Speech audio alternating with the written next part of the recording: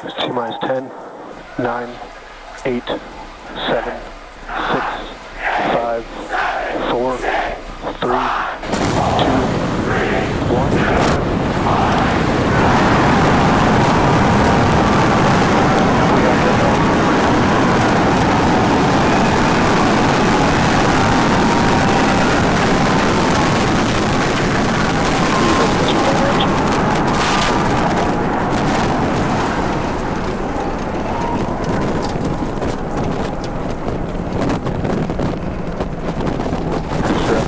Nominal.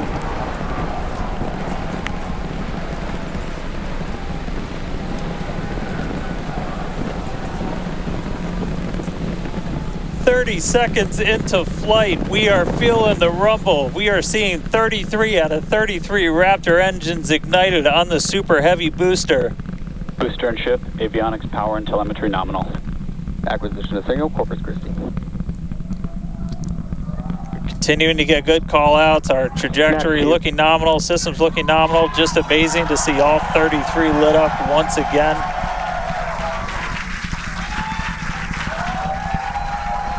At this point, we've already passed through max Q, that maximum dynamic pressure, and passing supersonic, so we're now moving faster than the speed of sound, getting those onboard views from the ship cameras.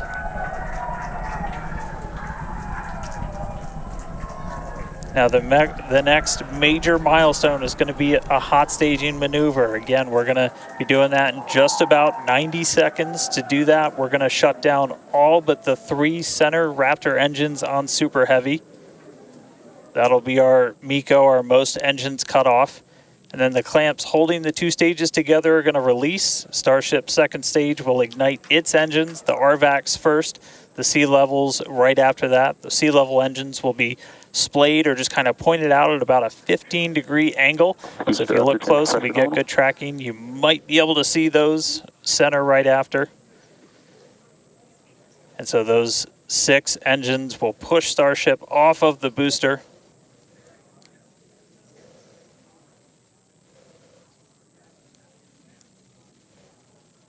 All right, counting down now. We're going to be coming up right at around the 3-minute mark on that hot staging maneuver.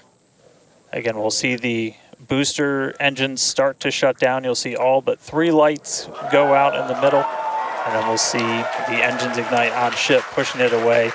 And that will start carrying the ship into space. Booster will start to do its flip and then move into the boost back burn, setting it up for eventual splashdown in the Gulf of Mexico. Stage separation.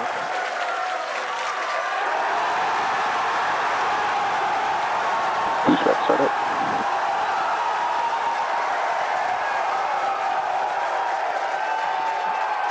Hot staging confirmed. Boosters now making its way back, seeing 6 engines ignited on ship. Kate, we got a Starship on its way to space and a booster on the way back to the Gulf. Oh man, I need a moment to pick my jaw up from the floor because these views are just stunning.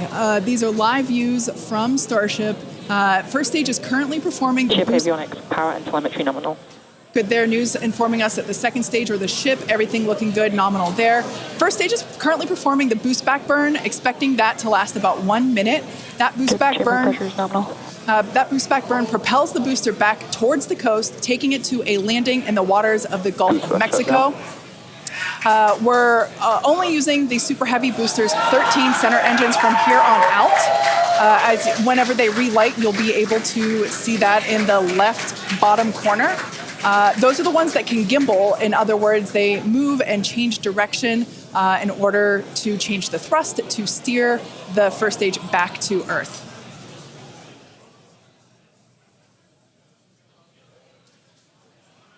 Wow, these are just incredible views coming to us. Everything is looking good for both the first stage on the left-hand side of your screen or the Super Heavy booster, as well as on the right-hand side of your screen, that is Starship, or we also refer to that as the ship.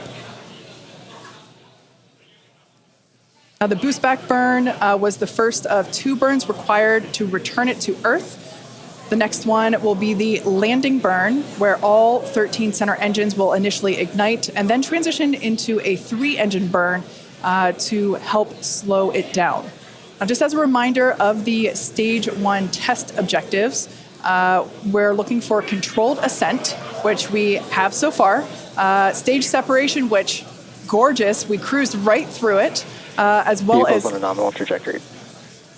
good news there telling us that the path that Starship is on is good. Now, Starship's second stage is still firing its engines, and as you heard, following planned flight path, the ship objectives, we're looking for hot staging, again, cruised right through that. We're looking to demonstrate controlled ascent as well as orbital insertion. Now, the bottom right-hand corner of the screen shows the ship engine graphics, so be sure to keep an eye on those. Yep, Kate, like this is just a phenomenal test so far. Super Heavy is performing beautifully today. It's on its return leg of the journey. Ship continuing to burn its 6 engines, those larger circles, the Raptor vacuum engines, the inner circles, the Raptor sea level engines. We're about 30 seconds away, just under 30 seconds away from the start of the boost back burn. The landing burn on the booster. You can see the grid fins rotating.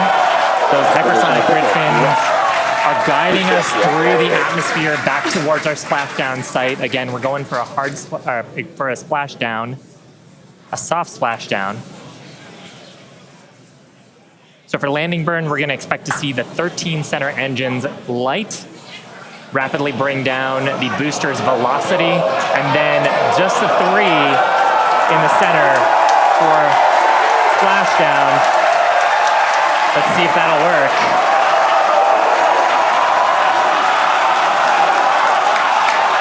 We're getting a few engines.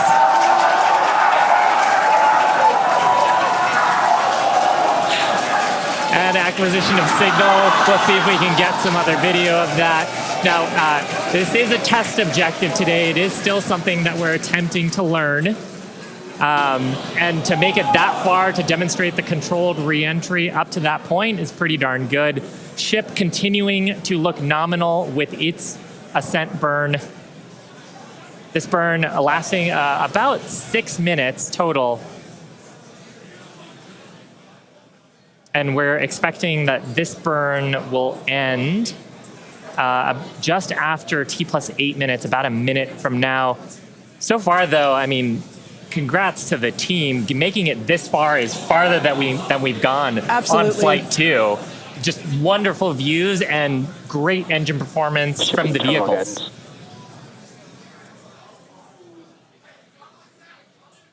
So far, we've hit controlled ascent. We're in the middle of that right now. We demonstrated the hot staging. Kate, as you said, cruised through that. We demonstrated controlled entry of the booster. Just stopped a little short of the engine relight, but hey, that's something we can learn for the next one. Yeah. Now, that view that we just had moments ago was a live shot of Star Command. There you see it again. This is our Mission Control Center at Starbase, where vehicle operators are standing by. Now, the next milestone coming up is in less than a minute. At that point, ship will, or I'm sorry, actually it already has. Starship engine cut off. There we go.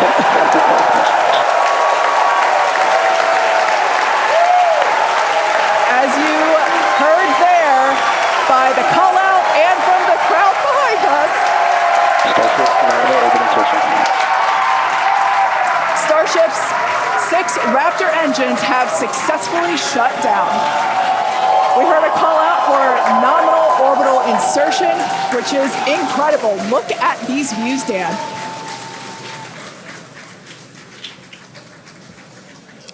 I'm just completely blown away right now.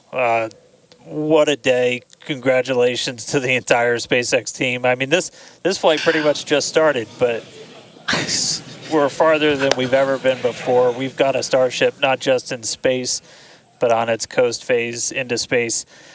Just to recap where we've come, and it's only been 9.5 minutes. How has it only been 9.5 minutes? We lifted off right on time at 8:25 a.m. We didn't have to hold at our gate at all. We had 33 out of 33 Raptor engines open up and light and get us through a nominal ascent. Another successful hot stage. All 6 engines on the ship propelling us into orbit. We did see what looked like a nominal boost back burn, and then we did make it all the way to the landing burn this time. Didn't light all the engines that we expected, and we did lose the booster. We'll have to go through the data to figure out exactly what happened, obviously. So be on the lookout for information about that. But wow, a ship in space. We've got a bunch of, as we said, ambitious objectives ahead of us over the next couple of minutes and pretty much over the next hour, where we're going to really, we've got the ship in space. We're now going to take advantage of this and try and learn as much as possible about some of the other systems, including that first ever Raptor relight in space. So it's just going to be incredible. So all of that still to come. The mission just started, but wow. What a liftoff! What a hot stage! What an amazing sight to see Starship there in outer space. I can't believe we're seeing it in space. This is awesome. Wonderful. Now we are going to be coasting for the next about 30 minutes or so. We'll be back around the T plus 40 minute mark, and that'll be Starship continuing to coast, hit those ambitious test objectives, and then continue on to re-entry. We're not totally sure what video that we'll get, since that normally comes to us as we overfly ground stations, and we don't have a ton of those along our trajectory. But as we have video, we'll be sure to bring that to you. Starlink may be able to bring us additional communication paths today that will allow us to talk to Starship through re-entry with no communications blackout period. It's a possibility, but either way, we will be live for all of today's milestones. And of course, when we do have views, signal, Puerto Rico. especially like the ones that we have now, which I just cannot get over. When we have views, we will be sure to bring those to you live. But no views or no views, we'll see you back here at T plus 40 minutes. Pez door is opening. And there we just heard call it that Pez door is opening, so that's great. First test. Yeah. One of our test objectives today is to open and close that Pez door. That's where we will deploy Starlink satellites from in the future. So great news there that test that test objective is already underway. So come back here, stick around till T plus 40 minutes for coverage of Starship's deorbit burn demonstration, followed by its reentry and what is sure to be an exciting splashdown.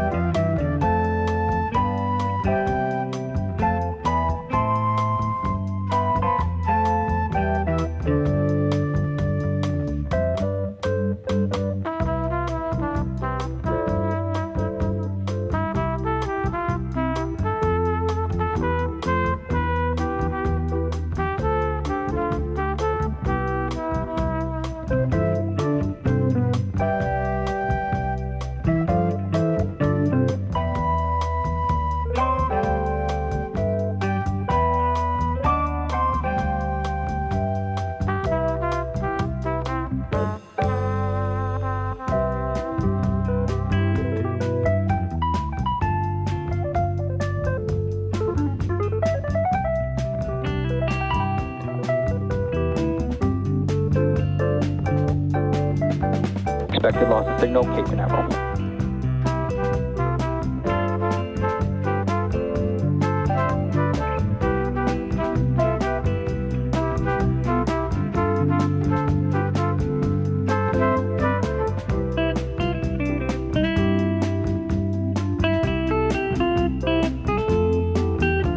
Pez trigger.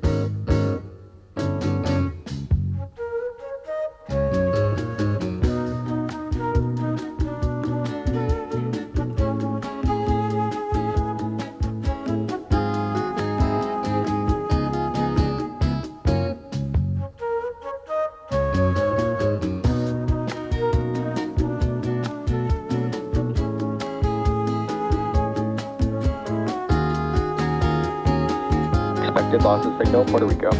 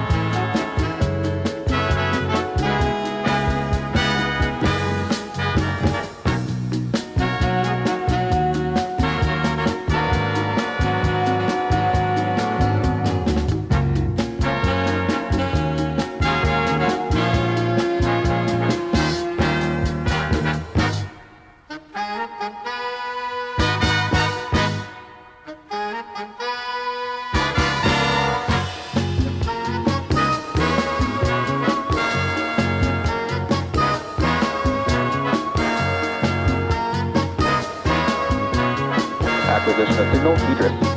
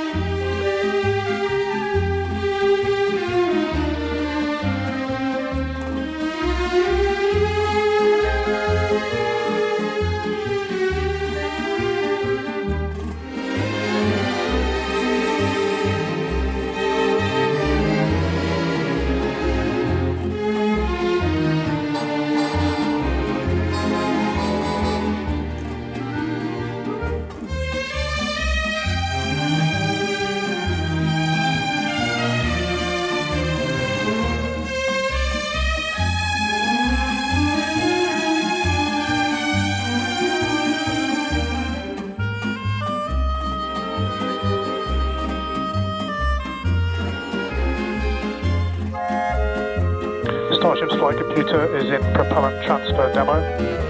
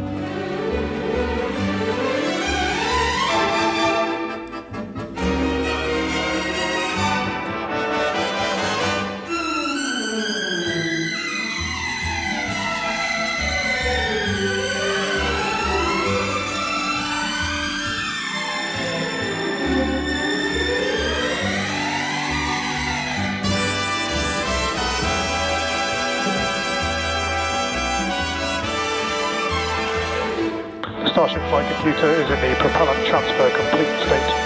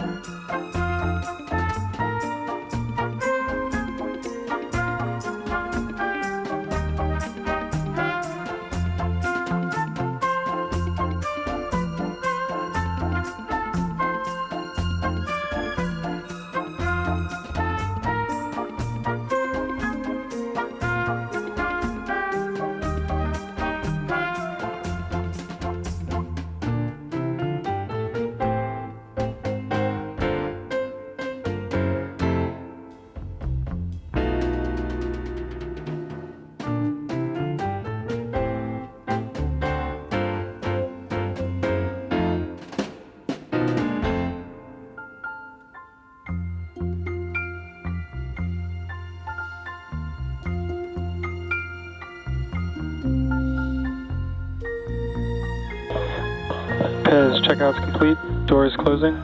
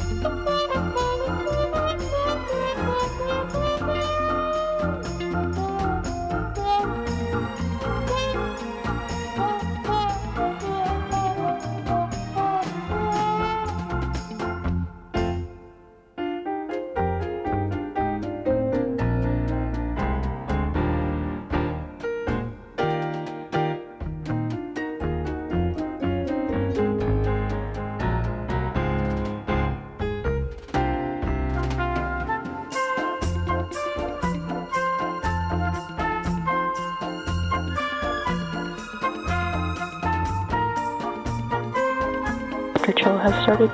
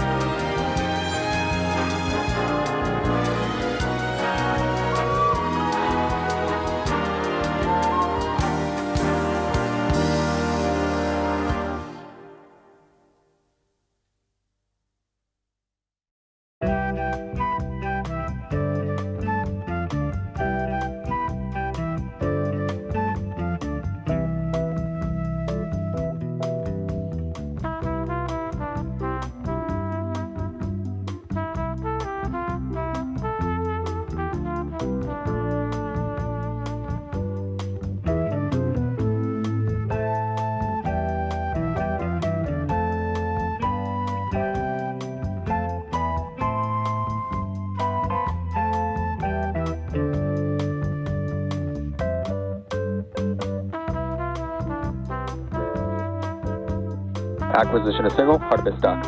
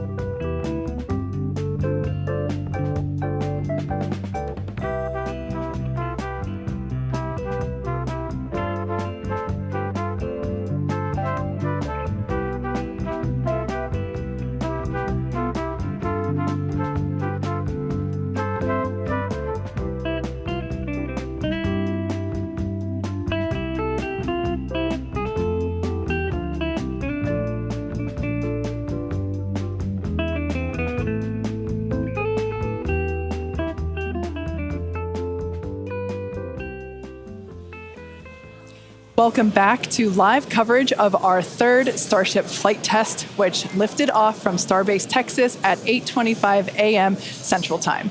Our main objective today was to get through all of our ascent burns and collect as much data as possible, including a potential Starship entry.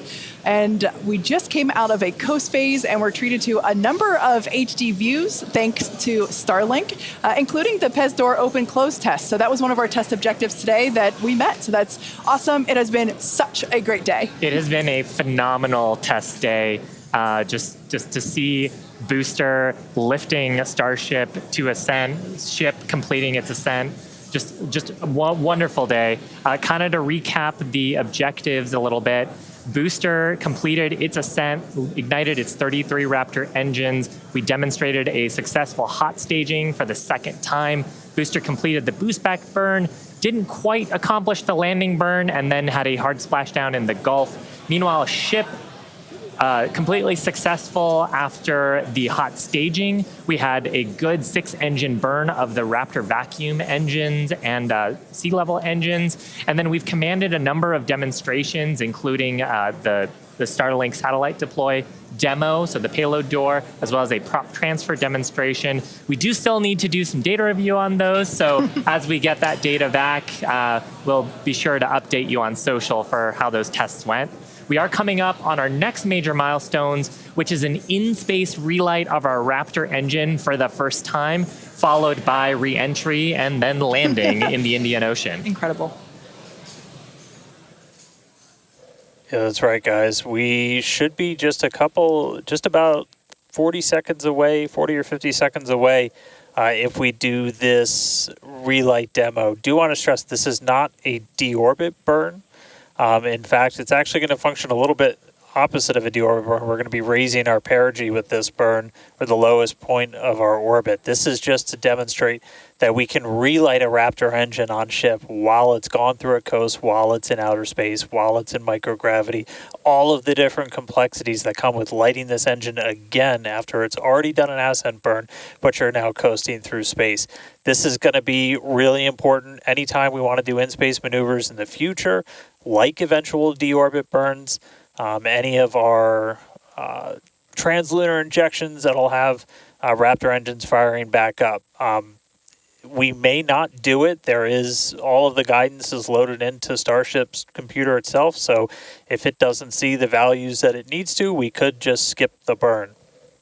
So we are waiting to find out if that's going to happen or not. If it doesn't, as we said in the beginning, we're on a pretty steep trajectory that we are coming home no matter what, regardless of doing a burn. This was done just so we can really, we're in a trajectory that's really not super susceptible to delta V changes in velocity. If we were to do a burn, we've got a pretty concise footprint in the Indian Ocean that we're going to be targeting for splashdown today. It does sound like we are skipping past the on-orbit relight demo this time. Again, we'll confirm all of this through our post-flight data review, but it did sound like we did pass through that burn. So now that's going to start setting us up for re-entry. Yeah, that's exactly right. So coming up next around T plus 49 minutes is Starship re-entry. Now, this is typically a portion of flight where we don't have communications with spacecraft because they're re-entering the Earth's atmosphere at or around orbital velocity, about 8 kilometers per second or roughly 5 miles per second. Super fast. Now, at those speeds, the spacecraft's interaction with the atmosphere results in friction and creates a plasma field around the vehicle.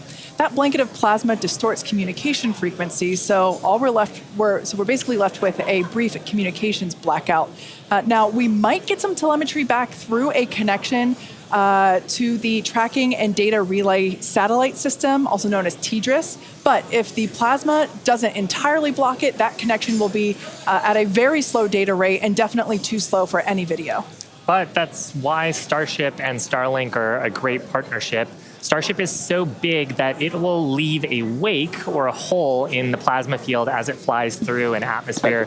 You can think of a wake kind of like when you see a boat going through the ocean. It sort of leaves a trail behind it.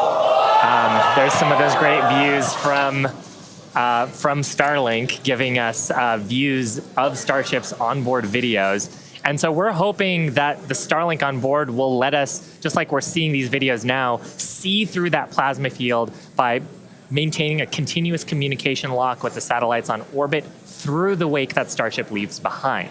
Now, this is only the second time that we're testing Starlink during re-entry.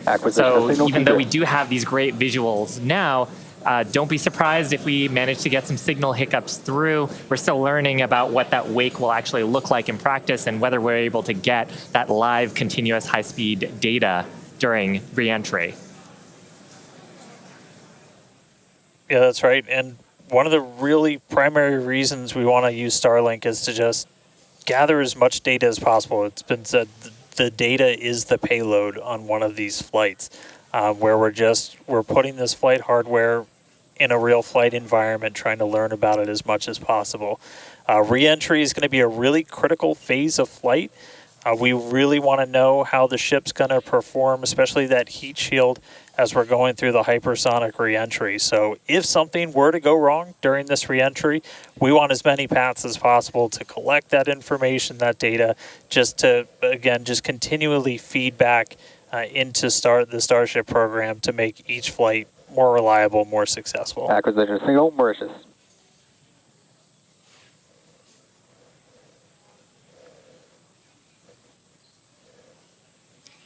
Now, if Starship manages to make it all the way through re-entry, we'll collect valuable data on Starship flying through the Earth's atmosphere at hypersonic speeds, meaning more than 5, or at this point, will be more than 5 times the speed of sound.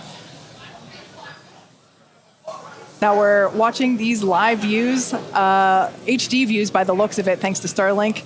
You can see that the flaps there on the ship might be actuating.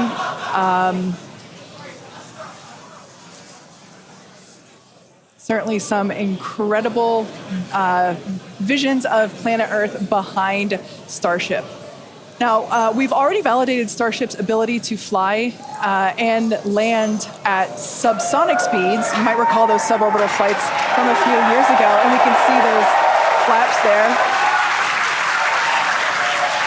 So getting data on aspects like heating and control while traveling way faster than we did before is going to be critical to eventually bringing Starships back from space for rapid reuse. So I mentioned those flaps. That's one of the things that enables Starship to help control itself and survive the heat of reentry, which, like we said before, we're expecting that reentry to occur around T plus 49 minutes.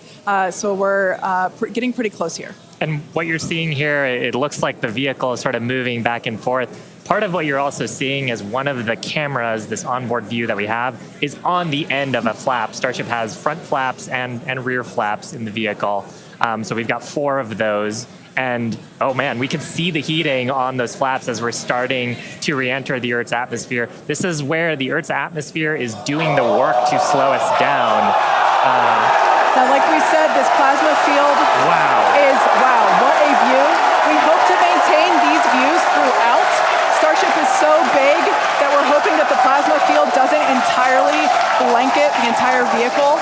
Right now, it is not. The Starlinks are Views still... brought to you by Starlink. Yeah, the Starlinks are still communicating and still capturing the data and the video that we see here.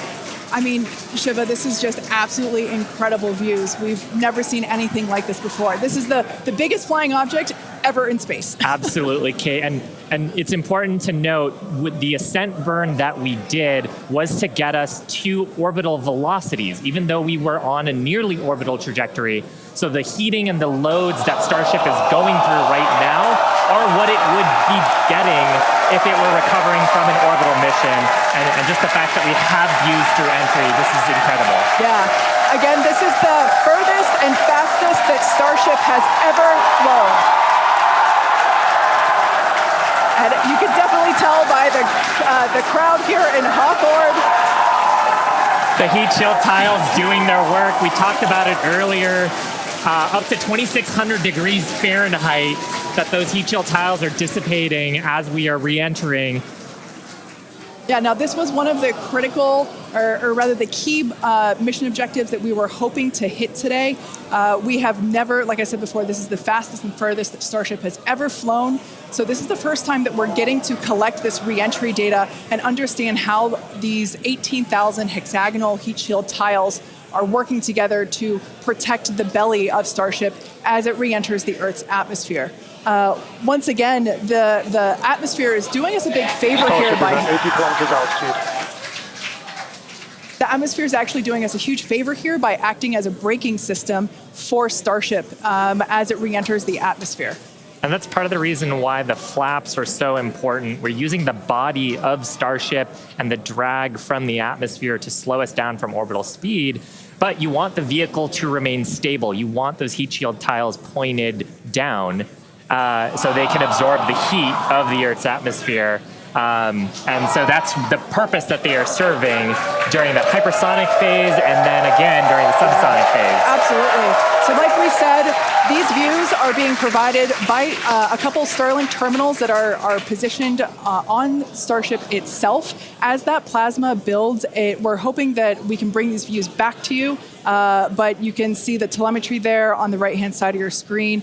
If you watch closely, you can see the speed decelerating. Again, that's the friction of the atmosphere resulting in this plasma field, or excuse me, the blanket that is potentially blocking the Starlink terminals right now. So we'll bring those views back to you if we get them. But right now, for those of you